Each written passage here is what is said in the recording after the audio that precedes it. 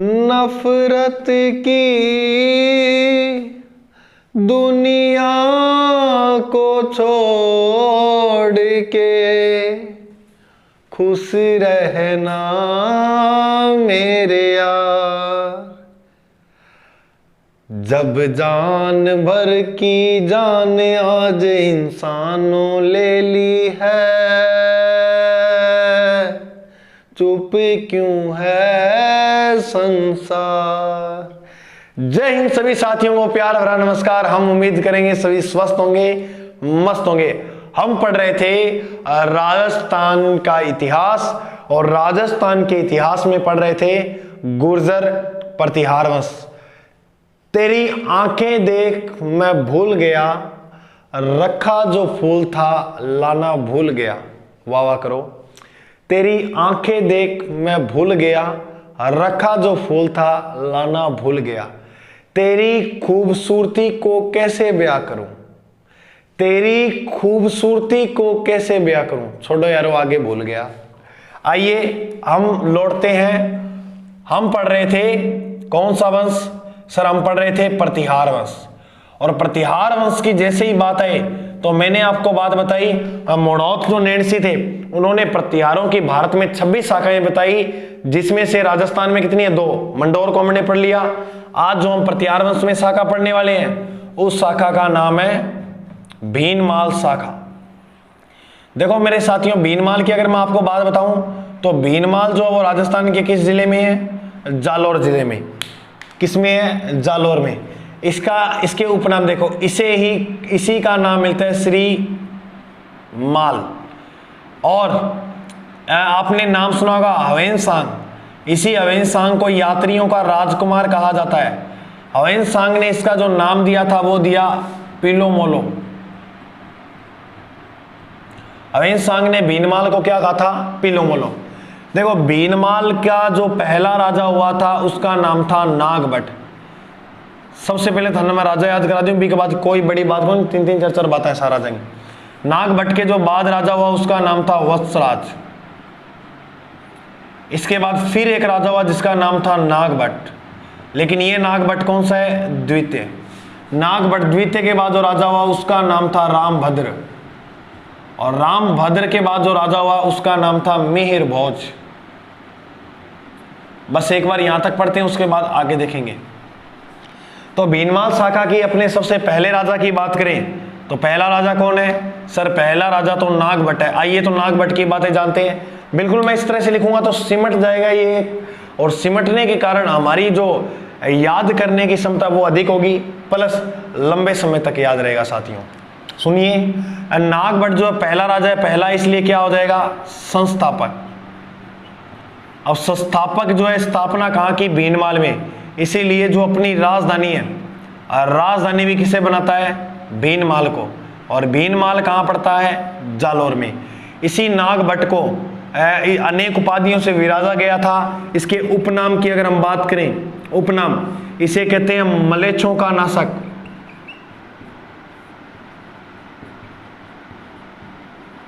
मलेच्छों का जो नाशक कहा गया वो ग्वालियर प्रशस्ति में कहा गया है। आगे बात बताऊंगा कि किसके समय इसकी रचना जो की थी वो किसने की थी, सारी बातें करेंगे। एक बार इतना लिखना, मलेच्छों का नाशक कहाँ किया गया? बताया गया इसे ग्वालियर प्रशस्ति में। एक नाम ये मिलता है मलेच्छों का नाशक, दूसरा नाम मिलता है नागावलोक। तो 2 ये उपनाम मिलते हैं किसके? नागभट्ट के। पहला मलेच्छों का नाशक, दूसरा नागावलोक। ये किसके नाम है? नागभट्ट प्रथम के। चालुक्य, चौहान, परमार जो वंश के शासक थे, इसके समय नागभट्ट के समय सभी बताए जाते हैं कि क्या थे? सामंत थे। किसके? इनके, गुर्जर प्रतिहारों के। क्योंकि राजस्थान का सबसे सर्वश्रेष्ठ राजवंश किसे माना गया है? इसी प्रतिहार वंश को। तो सिंपल मेरे साथियों, नागभट्ट की आपको बातें याद होगी। पहली संस्थापक, राजधानी भीनमाल को, उपनाम मलेच्छों का नाशक, ग्वालियर प्रशस्ति में, और नागावलोक। चालुक्य, चौहान, परमार व चंदेल जो वंश था वो इसके समय क्या थे? सामंत। तो इसकी इतनी बात याद करनी है। इसके बाद जो राजा था उसका नाम है वत्सराज। तो आइए हम जानते हैं वत्सराज के बारे में।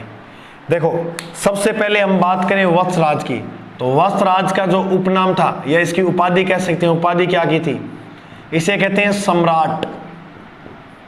प्रतिहारों में सम्राट की उपाधि से किसे नवाजा जाता था, वत्सराज को। इसे कहते हैं रणहस्तीन। अब आपको कहोगे सर रणहस्तीन का मतलब क्या होता है, मेरे साथियों रणहस्तीन का मतलब होता है युद्ध का हाथी। युद्ध का हाथी कहा गया है किसको, वत्सराज को। तो वत्सराज को सम्राट, रणहस्तीन और युद्ध का हाथी, इसका मतलब होता है। ठीक है, इसके समय जो वो होता है दोस्तों त्रिपक्षीय संघर्ष। त्रिपक्षीय जो संघर्ष होता है वो इसके समय भी हुआ था। और घटना क्या होती है, देखो मैंने आपको बार बार बताया है कि जो त्रिपक्षीय संघर्ष होता है वो किसकी गद्दी को लेकर होता है, आप कहोगे कन्नौज को लेकर, बिल्कुल राइट बात है। तो यहां उस समय शक्तिशाली जो रियासत थी उसका नाम क्या था, कन्नौज। यहां पर एक वंश था जिसका नाम था पाल वंश, और ये जो क्षेत्र है राष्ट्रकूटवाड़ा, यहां पर जो वंश राज करा था वो ध्रुव। वो कौन सा था, ये जो राष्ट्रकूटवाड़ा क्षेत्र है। यहां चलो शासक की बाद में बताता हूं, पहले आप सुनिएगा। त्रिपक्षीय संघर्ष जो होता है वो किसके समय हुआ, वो हुआ था वत्सराज के समय। किसके समय हुआ भाई, वत्सराज के समय। अब उल्लेख मिलता है कि ये जो राष्ट्र जो कूट था, इस राष्ट्रकूट का जो शासक था उसका नाम था ध्रुव। राष्ट्रकूट के राजा का नाम क्या था, ध्रुव। कन्नौज का जो राजा था उसका नाम था इंद्रायुध। तो देखिए कन्नौज के राजा का नाम था इंद्रायुध और इस राष्ट्रकूट के राजा का नाम था ध्रुव। पाल वंश के राजा का नाम था धर्मपाल। क्या नाम था, धर्मपाल। तो ये तीन बातें याद रखना। त्रिपक्षीय संघर्ष हुआ तीनों के बीच, कन्नौज, पाल और राष्ट्र। और इधर हमारे जो राजस्थान वाले क्षेत्र यहाँ थे गुर्जर प्रतिहार। तो घटना क्या होती है, अब ये जो त्रिपक्षीय संघर्ष हुआ, इस त्रिपक्षीय संघर्ष में जो जीत हुई, जो विजय हुई थी, वो हुई थी वत्सराज की। वत्सराज की यहाँ पर विजय हुई। लेकिन बताते हैं एक युद्ध हुआ था, मुंगेर का युद्ध। इस बताते हैं मुंगेर के युद्ध में यह राजा ध्रुव से हार गया था। कौन हार गया, वत्सराज। देखो त्रिपक्षीय संघर्ष में तो विजय हुई, बिल्कुल विजय हुई, क्योंकि ये इसको भी हरा देता है, इसको भी हरा देता है। त्रिपक्षीय यानी दो सत्ता को जीत लिया, तो त्रिपक्षीय संघर्ष में क्या हुई, विजय। लेकिन ये जो राजा था ध्रुव राष्ट्रवंश का, ये राष्ट्र जो क्षेत्र है यहाँ, ध्रुव जो राजा था, इस ध्रुव राजा से मुंगेर के युद्ध में हारता है। कौन हार जाता है, वत्सराज। ये जो वत्सराज है, इनके एक दरबारी कवि थे, दरबारी कवि, और इस दरबारी कवि का नाम था उद्योतन सूरी।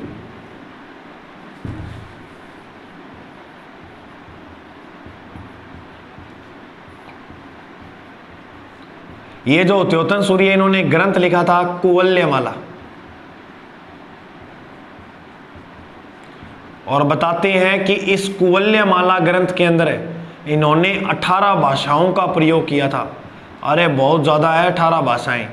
तो 18 भाषाओं का प्रयोग किया था किसने, इन्होंने।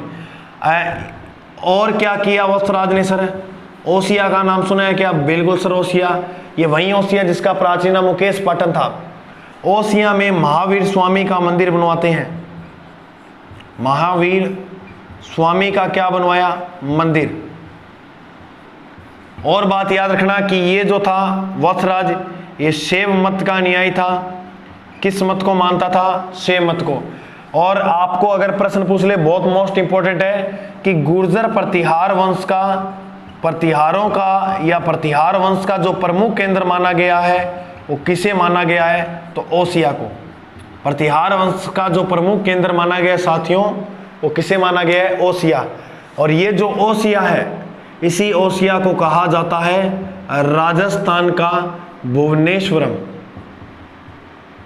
और नीचे आप ब्रैकेट में लिख लेना, भुवनेश्वरम का मतलब है कि भारत में स्थान है ना जो भुवनेश्वरम, वहां पर दो एक जैसे मंदिर नहीं है। इसीलिए ये जो ओसिया है, यहाँ पर दो एक जैसे मंदिर नहीं देखने को मिलेंगे। तो राजस्थान का भुवनेश्वरम किसे कहा जाता है, ओसिया को कहा जाता है। बिल्कुल, तो वत्सराज को मैं एक बार और रिवीजन कर रहा हूँ। उपाधि सम्राट रणनीतिन, रणनीतिन का मतलब होता है युद्ध काती। त्रिपक्षीय संघर्ष होता है कन्नौज, पाल वंश और राष्ट्रकूट के मध्य, जिसमें विजय होती है वत्सराज की। त्रिपक्षीय संघर्ष में तो विजय हुई, लेकिन मुंगेर के युद्ध में राजा ध्रुव से हारा। सेमत का अनुयायी था दरबारी कवि द्योतन सूरी, जिन्होंने ग्रंथ लिखा कुवल्यमाला। इसमें इन्होंने 18 भाषाओं का प्रयोग किया। राजस्थान का भुवनेश्वरम ओसिया को कहा जाता है। ओसिया में महावीर स्वामी का मंदिर बनवाया, और ओसिया जो था वो प्रतिहार वंश का प्रमुख केंद्र भी माना जाता है। बिल्कुल मेरे साथियों, आपको इतनी बात बड़ी अच्छी तरह समझ में आ गई। इसको साथ साथ इसी तरह उतारा करो, जैसे मैं बोलता हूँ ना, उसी लहजे के साथ इसको अपनी नोटबुक में उतारा करो, ठीक है। बिल्कुल, तो आप उम्मीद करूंगा आप अच्छी तरह से नोट्स बना रहे होंगे और अच्छी तरह मेहनत कर रहे होंगे।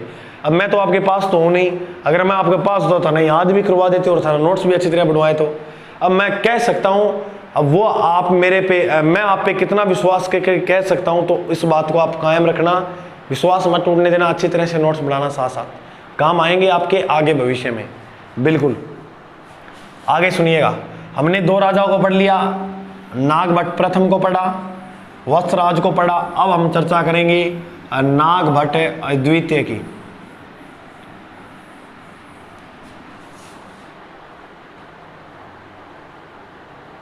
ठीक है, बिल्कुल सर।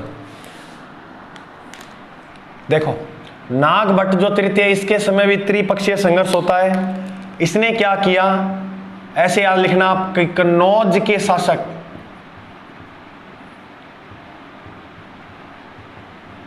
चक्रा युद्ध को हराया।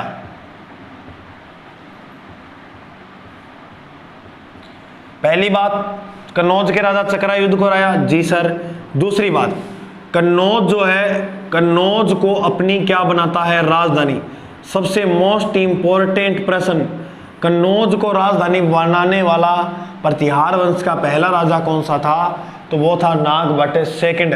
प्रथम ने तो राजधानी किसको बनाया था, भीनमाल को, लेकिन द्वितीय राजधानी कौन बनाता है, बिल्कुल कन्नौज को द्वितीय राजधानी नागभट्ट द्वितीय ने।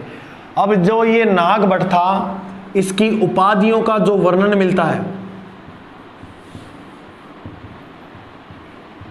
वो मिलता है ग्वालियर, यानी इसकी जो जानकारी मिलती है, यानी आप ऐसे लिख लीजिए, जिसकी उपाधि जो है, इसकी उपाधियों की जानकारी मिलती है, वो मिलती है ग्वालियर प्रशस्ति में।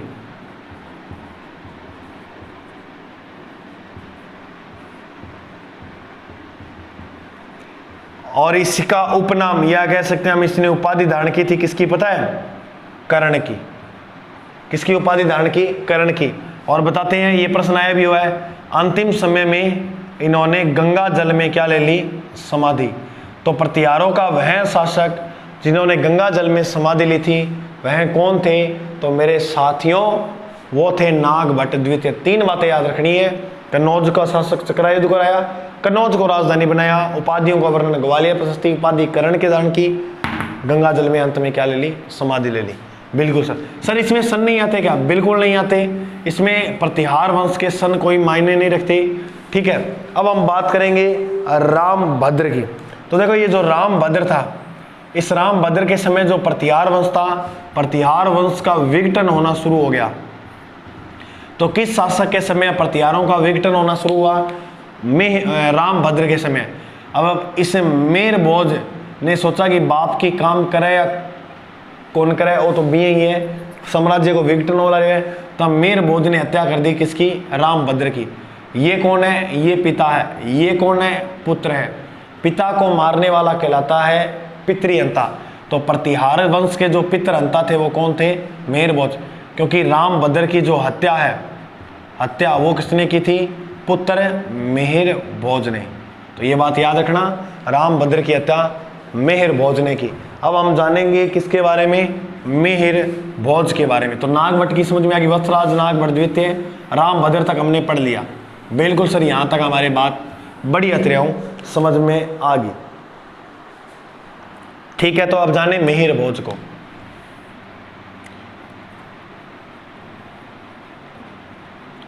पहली बात ये देखो कि मेहर भोज जो है, इसका अर्थ क्या होता है। तो मैं सारी बातें बताऊंगा आस्थान है, जैसे जनो अपना प्रश्न बन सके। मेहर भोज का जो अर्थ होता है वह होता है सूर्य का प्रतीक, सूर्य का प्रतीक। मेरे साथियों, मिहिर भोज का अर्थ सूर्य का प्रतीक होता है। अब हम बात करें इसके उपनाम की। प्रतिहार वंश का जो स्वर्ण काल माना जाता है वो किसके समय माना जाता है? मिहिर भोज के समय। सुलेमान का नाम सुना होगा, बिल्कुल। सुलेमान ने इसे संपूर्ण विश्व विजेता कहा है, यानी संपूर्ण विश्व को जीतने वाला किसे बताया है? मिहिर भोज को। तो स्वर्ण काल, सुलेमान, और इसे इस्लाम का शत्रु भी कहा जाता है। इस्लाम का शत्रु, इसी को प्रतिहार वंश का पितृहंता कहते हैं। ये आपसे हमेशा प्रश्न जो है वो उल्टा पूछेगा। क्या गुरुजी उल्टो किया? बताता हूं।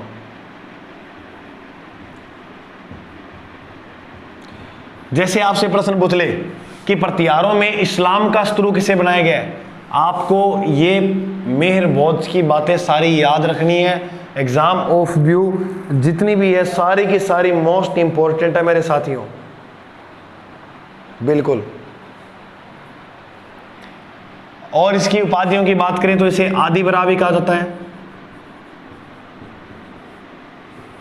इसे मालवा चक्रवर्ती भी कहा जाता है,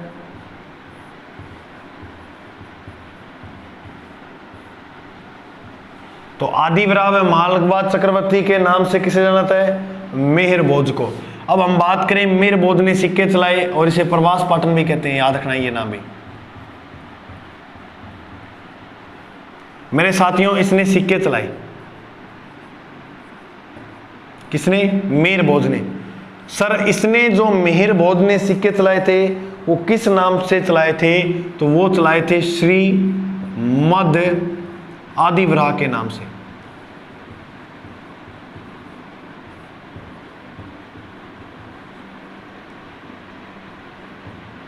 तो मिहिर भोज ने सिक्के जो चलाए श्रीमद आदि बरा के नाम से, और इसी के समय रचना हुई थी ग्वालियर प्रशस्ति की। ग्वालियर प्रशस्ति की जो रचना करी थी वो की थी बालादित्य ने। लेखक कौन है ग्वालियर प्रशस्ति के? बाला अद्वितीय। ठीक है, हमने इसका जीवन जो प्रतिहार का वो मिहिर भोज तक संपूर्ण अच्छी तरह से पढ़ लिया है। आइए अब आगे जानते हैं जो शेष राजा बच गए उनका इतिहास क्या बोलता है। बिल्कुल,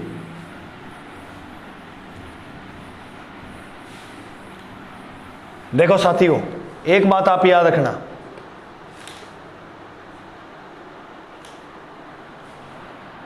क्या सर राजा पहले लिख लियो? क्योंकि छोटे वंश होते हैं उनके राजा पहले लिख लेंगे तो बातें बिल्कुल याद आ जाएंगे। मिहिर भोज के बाद जो राजा हुआ उसका नाम है महेंद्रपाल। महेंद्रपाल के जो बाद राजा है उसका नाम है महीपाल, और महीपाल के बाद जो शासक है उसका नाम है राज्यपाल। राज्यपाल के बाद जो राजा है उसका नाम है त्रिलोचन। त्रिलोचन के बाद जो राजा है उसका नाम है यशपाल। बस बात अठे ही समाप्त है। सबसे पहले अब बात करा महेंद्रपाल की। तो देखो जो महेंद्रपाल है इसके अब कह सकते हैं कि इसके प्रधानमंत्री या हम कह सकते हैं इसके गुरु थे जिनका नाम था कवि राजशेखर। अगर प्रश्न पूछ लिया जाए कि राजशेखर जो थे वो किसके दरबार में थे? महेंद्रपाल जी के दरबार में। ये जो कवि राजशेखर है इन्होंने अनेक ग्रंथ की रचना की। सर कौन कौन से? बाल भारत, काव्य मीमांसा, हर विलास, कर्पूर मंजली,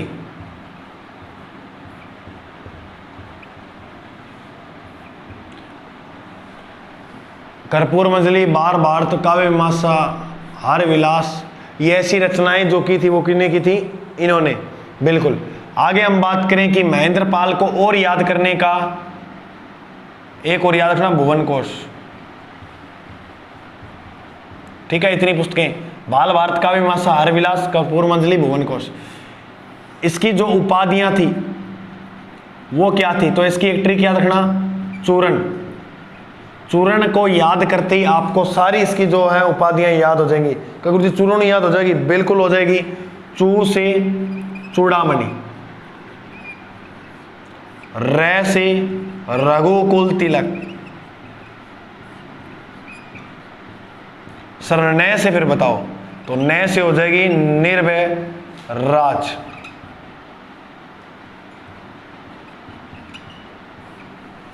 उपाधियां चूरण, चूरण न पकड़ना है, चूरण ने याद रखना है। चू से चूड़ामणि, रे से रघुकुल तिलक और ने से निर्भय राज। दो एक उपाधि और याद कर लियोगा गुरुजी किसी, महाराजाधिराज,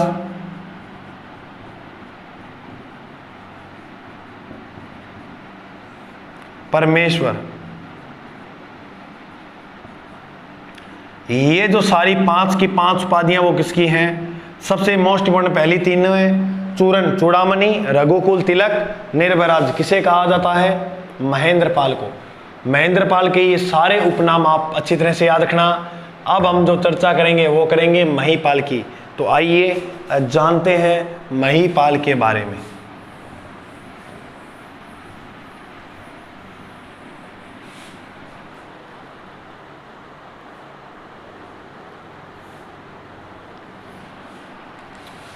महीपाल, इस महीपाल के समय जो प्रतिहार वंश है उसका पतन होना शुरू हो गया था।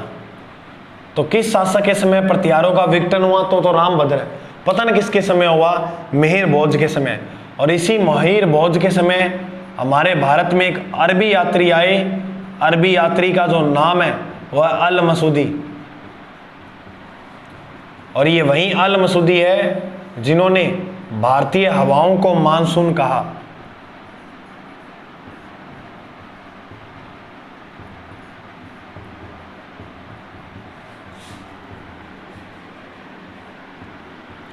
तो मानसून जो शब्द है यह किस भाषा का शब्द है, अरबी भाषा का। जो अरबी भाषा के मौसम शब्द से बना है जिसका अर्थ होता है मौसम। तो याद रखना, मौसम मानसून शब्द जो है वो किन की देना है, अरबी यात्रियों की। और अब अरबी यात्रियों में किसने दिया, अल मसूदी, जो भारत में किसके समय आता है, महीपाल के समय। आगे हम बात करते हैं राज्यपाल की। बिल्कुल सिंपल और आसान है।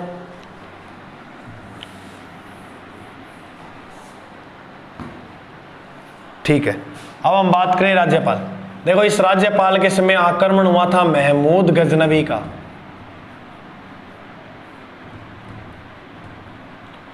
महमूद गजनवी ने जैसे ही आक्रमण किया यहां, तो कहते हैं ये राजपाल था, ये यहां से भाग लिया, भाग गया डर कर। किससे, महमूद गजनवी से डरकर भागा। तब कहते हैं मध्य प्रदेश में एक वंश राज कर रहा था और इस वंश का नाम था चंदेल वंश। और चंदेल वंश का जो राजा था उसका नाम था विद्याधर।